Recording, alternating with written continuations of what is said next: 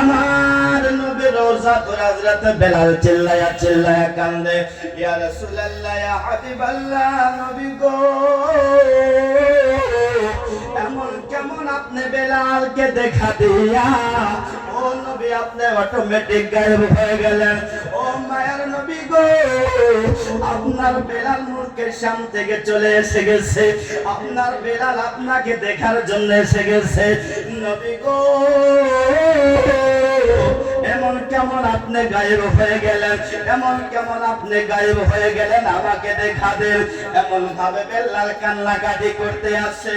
ও প্যারে মুসলমান, আমার নবী রাহমাতুল লিল আলামিনের কবর মুবারক হযরত বেলাল দুই হাতে পাঞ্জা দিয়ে ধরে নিয়ে চিল্লায়া চিল্লায়া কাঁদতে কাঁদতে হযরত বেলাল বেহুশ হয়ে জমিনের মধ্যে পড়ে যায়। বলেন সুবহানাল্লাহ।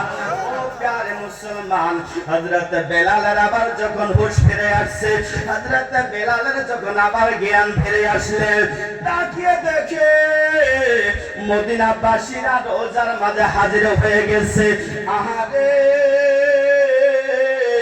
আমার নবীকে বেলাল দেখতে পারে না, আমার নবীকে বেলাল দেখা পায় না। বেলাল ডাক দেয়, নবী গো মুলকের শাম বেলালকে দেখা দিয়েছেন, আপনার তালাশে বেলাল এসে হাজির হয়ে গেছে। ইয়া রাসূলুল্লাহ ইয়া হাবিবাল্লাহ, হুজুর গো বেলালকে এসে দেখা দেন, একবার বেলালকে দেখা দেন গো নবী, একবার দেখা দেন। না না না না, বেলালের কান্না থামে না, বেলালের কান্না থামে না। আপনি আমার মায়ের নবী বেলালকে দেখা দেয় না। বেলাল এমন ভাবে কাঁদতে কাঁদতে রে বাবা আবার বেলাল বেহুশ হয়ে জমিনের মাঝে পড়ে যায়। আরে ভাই মুসলমান, এমন ভাবে বেলাল আবার বেহুশ হয়ে পড়ে গেলেন। সারা মদিনাবাসী বেলালের কান্নার আওয়াজ পেয়ে মসজিদে নববীর মাঝে হাজির হয়ে গেছে। বেলালের সঙ্গে সঙ্গে সাহাবারা কান্নাকাটি করে, বন্ধুরে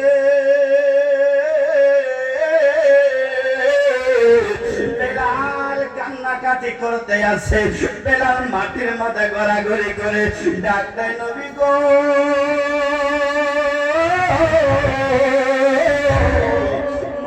শাম থেকে বেলাল এসে গেছে। ইয়া রাসূলুল্লাহ একবার দেখা দেন, ইয়া হাবিবাল্লাহ বেলালকে একবার দেখা দেন। নবী গো